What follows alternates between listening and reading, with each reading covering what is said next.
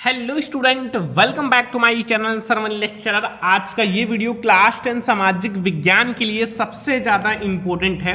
जितने भी student 2024 board exam में सामाजिक विज्ञान का पेपर देने वाले हैं, आज का ये वीडियो लास्ट तक ज़रूर देखना, क्योंकि इस वीडियो में हम लोग क्लास 10 सामाजिक विज्ञान के सभी महत्वपूर्ण दीर्घोत्तरीय प्रश्न को देखेंगे। ठीक है, आपके बोर्ड एग्जाम के लिए पूरे बुक के इंपॉर्टेंट लॉन्ग क्वेश्चन जो दीर्घ उत्तरीय प्रश्न है एक ही वीडियो में देखेंगे। तो आज की इस वीडियो को लाइक भी कर देना, शेयर भी कर देना, ठीक है। और जो बोर्ड एग्जाम में 100% आएंगे ही आएंगे, तो इस वीडियो को प्लीज़ लाइक कर देना। अगर चैनल पर नया है तो प्लीज़ सब्सक्राइब कर लेना। मैं आप लोगों के लिए बहुत ज़्यादा मेहनत करता हूँ, ठीक है। तो चलो देखते हैं एक एक क्वेश्चन को। तो पहला प्रश्न आप लोग देखो, यहाँ लिखा हुआ है कि इटली के एकीकरण की प्रक्रिया का वर्णन कीजिए।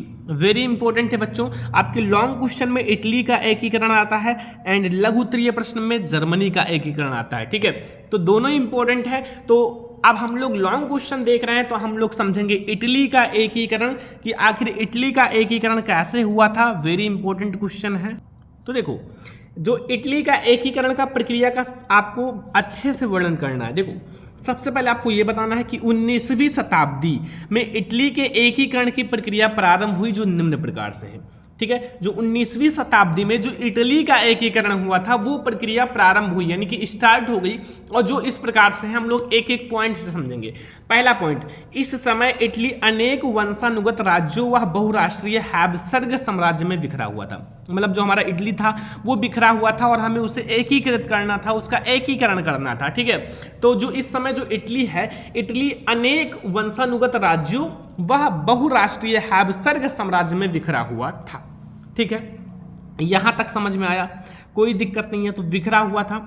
एंड फिर दूसरा पॉइंट मैं आपको पॉइंट से समझाता हूं कि पॉइंट से समझोगे ना तो सबसे बेटर समझ में आएगा और सबसे बेटर मार्क्स भी मिलेगा, ठीक है। बोर्ड एग्जाम में अगर पॉइंट टू पॉइंट लिखोगे तो एग्जामिनर समझता है कि सबसे बेस्ट उनको वही लगता है।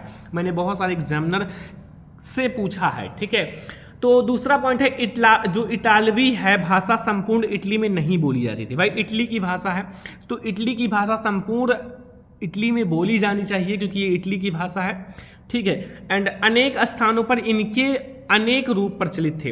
अब अनेक स्थानों पर जो भाषा है कई प्रकार की थी, मतलब कई प्रकार की भाषा बोली जाती थी, ठीक है। एंड तीसरा पॉइंट है कि सार्डिनिया पिडमार्ड ने प्रधानमंत्री, जो सार्डिनिया पिडमार्ड के प्रधानमंत्री हैं काबूर ने इटली के राज्यों को संगठित करने के लिए प्रारंभ हुए। जो हमारा इटली था वो बहुत सारे राज्यों में बिखरा हुआ था, चारों तरफ बिखरा हुआ था। तो सार्डिनिया पिडमार्ड के प्रधानमंत्री काबूर ने इटली के राज्यों को संगठित करने के लिए प्रारंभ हुए और आंदोलन को नेतृत्व प्रदान किया और फ्रांस व सार्डिनिया पिडमार्ड के बीच कूटनीतिक संधि हुई, ठीक है।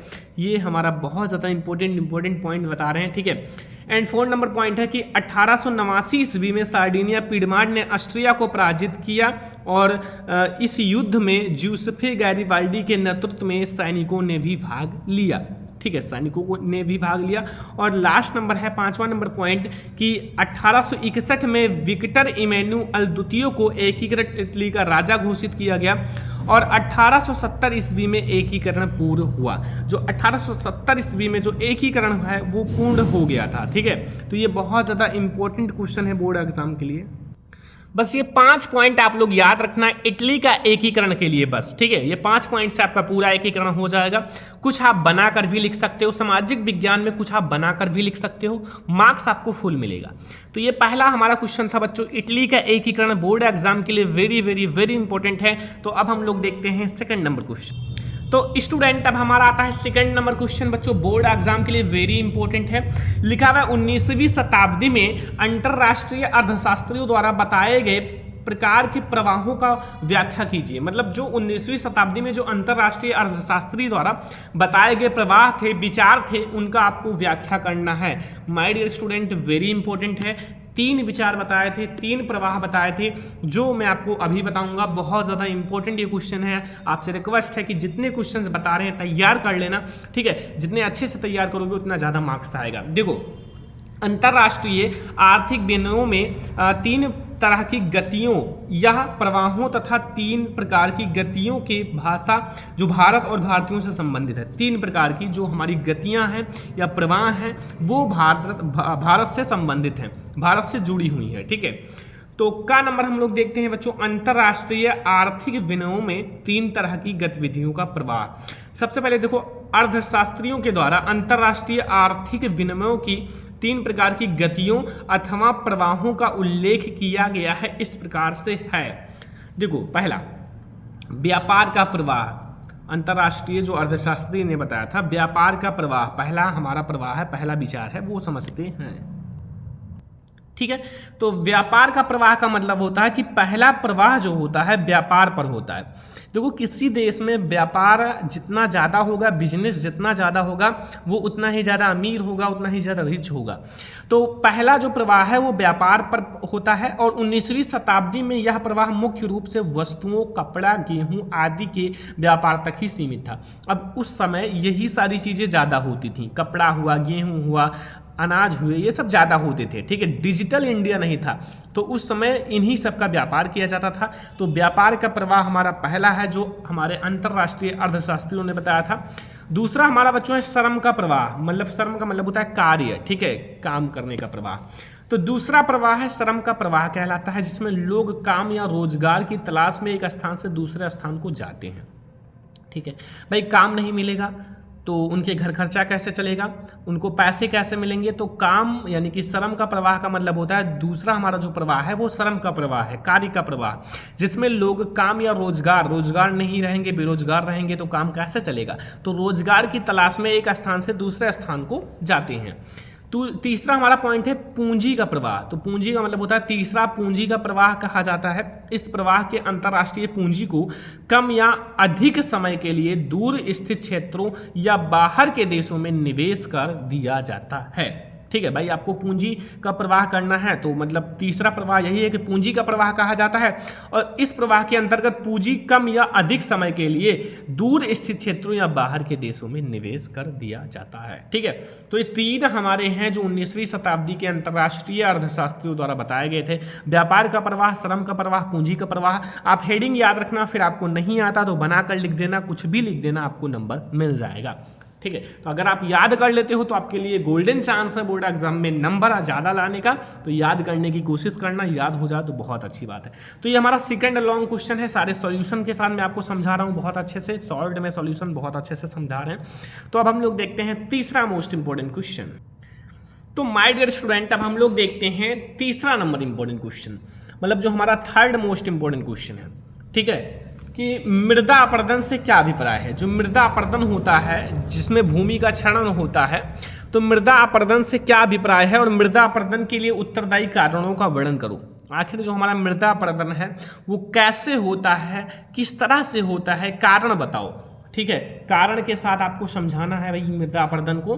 तो बहुत ज़्यादा इंपॉर्टेंट क्वेश्चन है, अगर आपने समझ लिया तो बोर्ड एग्जाम में पूरा तबाही मचा दोगे, धुआं कर दोगे। तो आपसे रिक्वेस्ट है कि आप लोग जितने भी स्टूडेंट चैनल को सब्सक्राइब नहीं किए हैं सब्सक्राइब कर लेना, ताकि हम आप लोगों के लिए बहुत अच्छी अच्छी वीडियोज़ ला सकें। ठीक है, और आप लोग उसका फ़ायदा उठाओ, बोर्ड एग्जाम में 95% लाओ। ठीक है, तो भूमि के कटाव और उनके बहाव की प्रक्रिया को मृदा अपरदन कहा जाता है। ठीक है, जो भूमि होता है, मृदा होता है, मृदा के कटाव और उनके बहाव, भाई जब मृदा कटेगा तो मृदा एक स्थान से दूसरे स्थान पर जाएगा, तो उसका अपरदन हुआ, मतलब उसका क्षरण हुआ। ठीक है, और बहाव में भी उसका क्षरण ही होता है, तो इस प्रक्रिया को मृदा अपरदन कहा जाता है।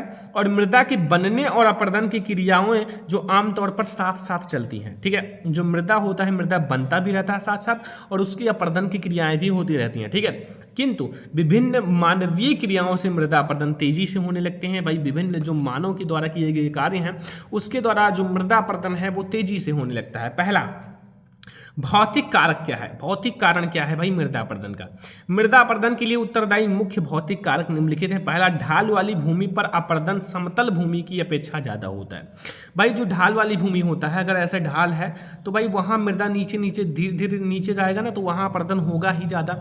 और जो समतल भूमि होता है वहाँ मृदा अपरदन कम होगा। तो जितनी ढाल वाली भूमि है उनको कोशिश करो समतल हो जाए, ठीक है, बराबर हो जाए, वही मृदा हो, उसी मृदा से बराबर कर दिया जाए ताकि मृदा अपरदन भी ना हो और वो मृदा जो है काम में आ जाए। दूसरा पॉइंट है तीव्र व मूसलाधार वर्षा से भी मृदा अपरदन होता है। भाई तीव्र जो हमारी बहुत तेज जब वर्षा होती है तो जो पानी तेजी से भूमि पर गिरेगा तो वो जो मृदा है वो धीरे धीरे बहने लगती हैं। जब पानी ऐसे से बहता है तो उसी के साथ मृदा भी बहने लगती हैं, तो वो जो मृदा बहने लगता है तो वहाँ से भी मृदा अपरदन होता है और यह मृदा की ऊपरी परत को अपने साथ साथ बहाकर ले जाती हैं। अब जो मृदा का ऊपरी परत है, ऊपर वाला परत है, वो उसके साथ साथ बह जाती हैं, तो इससे भाई मृदा अपरदन होता है।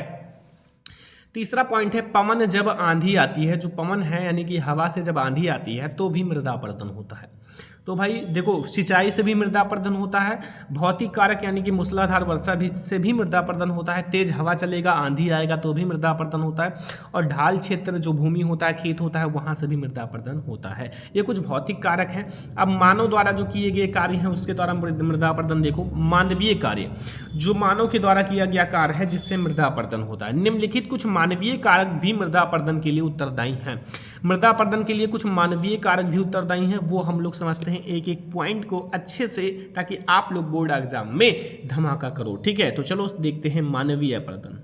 तो स्टूडेंट जो हमारा पहला पॉइंट है यहाँ देखो, पशुओं द्वारा अत्यधिक चराई से भूमि पर वनस्पति का आवरण समाप्त हो जाता है। जब पशु जो होते हैं, जानवर होते हैं, वो भूमि पर जो घास है जो उसे चरते हैं, तो फिर वहाँ से जो मृदा है वहाँ से भी अपरदन होता है। ठीक है, और इस स्थिति में मृदा पर जल और वायु का प्रभाव तेजी से पड़ता है, तीव्र पड़ता है। जब ऊपर का जो आवरण है वो खत्म हो जाएगा तो वहां से और तेजी से मृदा अपरदन होता है। दूसरा पॉइंट है वृक्षों की जड़ें मृदा की रक्षा करती हैं, वनों के कटाव से भी मृदा अपरदन होता है। जब वन का कटाव कर दोगे तो वहां से भाई उनकी जड़ें भी समाप्त हो जाएंगी, तो इससे और तेजी से मृदा अपरदन होता है। क्यों? क्योंकि जो वृक्ष की जड़ें होती हैं वो इनकी रक्षा करती हैं। ठीक है, तीसरा पॉइंट है कि कृषि के गलत तरीके से भी मृदा अपरदन होता है। जब कृषि आप गलत तरीके से कृषि खेती करोगे तो भी मृदा अपरदन होगा। लास्ट नंबर पॉइंट है खनिज पदार्थ निकालने के लिए खनन कार्य से भी मृदा अपरदन होता है। जब कहीं हम खुदाई करते हैं, खनन करते हैं, तो खनन करेंगे तो वहाँ से भी मृदा अपरदन होता है। तो ये हमारे मृदा अपरदन है मानवीय द्वारा, जो मानव के द्वारा मृदा अपरदन किया जाता है, एंड जो भौतिक द्वारा खुद ब खुद मृदा अपरदन होती है। ठीक है, तो मृदा अपरदन का टॉपिक आप लोगों को बहुत अच्छे से समझ में आ गया। मैंने आपको समझा दिया मृदा अपरदन क्या है, भौतिक कारक और मानवीय कारक, दोनों चीज मैंने आपको समझा दिया। ठीक है, तो पसंद आए लाइक करना, सब्सक्राइब करना, चैनल को आपसे रिक्वेस्ट कर रहे हैं। ठीक है, तो अब हम लोग देखते हैं अगला क्वेश्चन। तो माय डियर स्टूडेंट, अब हम लोग देखते हैं क्वेश्चन नंबर 4। परिवहन तथा संचार के साधन किसी देश की जीवन रेखा अथवा अर्थव्यवस्था क्यों कहे जाते हैं? जो हमारे परिवहन है तथा संचार के जो साधन हैं वो किसी देश की जीवन रेखा तथा अर्थव्यवस्था क्यों कहे जाते हैं? ठीक है, तो आंसर समझो कि वस्तुओं, सेवाओं तथा लोगों को एक स्थान से दूसरे स्थान तक ले जाना परिवहन कहलाता है। जो हमारा वस्तु होता है, वस्तुओं और कोई भी सेवाओं तथा लोग जो होते हैं, व्यक्ति होते हैं, उनको एक स्थान से दूसरे स्थान पर ले जाओगे तो वही तो परिवहन कहलाएगा। परिवहन का मतलब होता है आना जाना। ठीक है, और यदि परिवहन 3 महत्वपूर्ण क्षेत्रों से किया जाता है, स्थल, जल तथा वायु। ठीक है, इन 3 महत्वपूर्ण जगह से हमारा परिवहन होता है। स्थल यानी कि हमारी भूमि से भी परिवहन होता है, जल से भी होता है, और वायुयान वगैरह वगैरह से भी होता है। अब संचार देखो, अभी हम लोगों ने समझा कि हमारे जो पहला पॉइंट हम लोगों ने समझा कि परिवहन के बारे में, जो हमारा परिवहन। अब संचार के बारे में समझ लो कि संचार के साधन वे साधन है जिनका प्रयोग एक स्थान से दूसरे स्थान तक संदेश भेजने के लिए किया जाता है। जिस प्रकार से हमारे लिए परिवहन इंपॉर्टेंट है उसी प्रकार से हमारे लिए संदेश भी इंपॉर्टेंट है। तो संचार के साधन जो हैं वे जिनका प्रयोग एक स्थान से दूसरे स्थान पर संदेश भेजने के लिए किया जाता है, ये दोनों ही किसी देश की जीवन रेखाएं कहे जाते हैं। चाहे आपका संचार का साधन हो, चाहे परिवहन साधन हो, ये दोनों हमारे देश की जीवन रेखाएं हैं जो महत्वपूर्ण हैं। ठीक है, और इम्पोर्टेंट हैं। अब देखो 3 पॉइंट समझा देते हैं ताकि आप लोगों को पॉइंट से समझ में आएगा, तो ज़्यादा बेटर आप बोर्ड एग्जाम में करके आओगे और अपने से भी कुछ लिख कर आओगे। देखो, एक देश की विकास की गति वस्तुओं तथा सेवाओं के उत्पादन के साथ साथ उनके एक स्थान से दूसरे स्थान तक वाहन की सुविधा पर भी निर्भर करता है। इस परिवहन साधन महत्वपूर्ण है। भाई किसी देश में किसी चीज़ का उत्पादन होता है, चाहे वस्तु हो चाहे सेवा हो, किसी भी चीज़ का उत्पादन होता है, तो वो उत्पादन होने के बाद उसे एक स्थान से दूसरे स्थान पर ले जाना पड़ेगा। अगर नहीं ले जाओगे तो उसका उत्पादन का कोई फायदा नहीं मिलेगा, क्योंकि बिजनेस करना है तो एक स्थान से दूसरे स्थान पर जाना पड़ेगा। वही है, तो परिवहन साधन से ही तो हम एक स्थान से दूसरे स्थान पर जाते हैं। तो ये हमारे जीवन की बहुत ज़्यादा इंपॉर्टेंट है, हमारे जीवन के लिए, हमारे देश के लिए, ठीक है। और ये हमारी अर्थव्यवस्था की जीवन रेखा कहलाते हैं। अब दूसरा पॉइंट समझो यहाँ कि भारत अपने विशाल आकार, विविधताओं, भाषाई तथा सामाजिक व सांस्कृतिक बहुलताओं के बावजूद संसार के सभी क्षेत्रों में सुचारू रूप से जुड़ा है। इसका कारण अच्छे परिवहन तथा संचार के साधन है। इसका जो कारण है, मेन रीज़न है, वो आपके संचार हैं, जिसके द्वारा हम चीज़ों को सुनते हैं, और परिवहन है, ठीक है। परिवहन यानी कि जो हमारे परिवहन होते हैं, तो ये मेन कारण है जिससे हमारे देश में हर एक खबर आपको मिलता रहता है, हर एक चीज़ एक स्थान से दूसरे स्थान तक आती जाती रहती है। तो ये हमारे परिवहन और संचार के साधन ही हैं।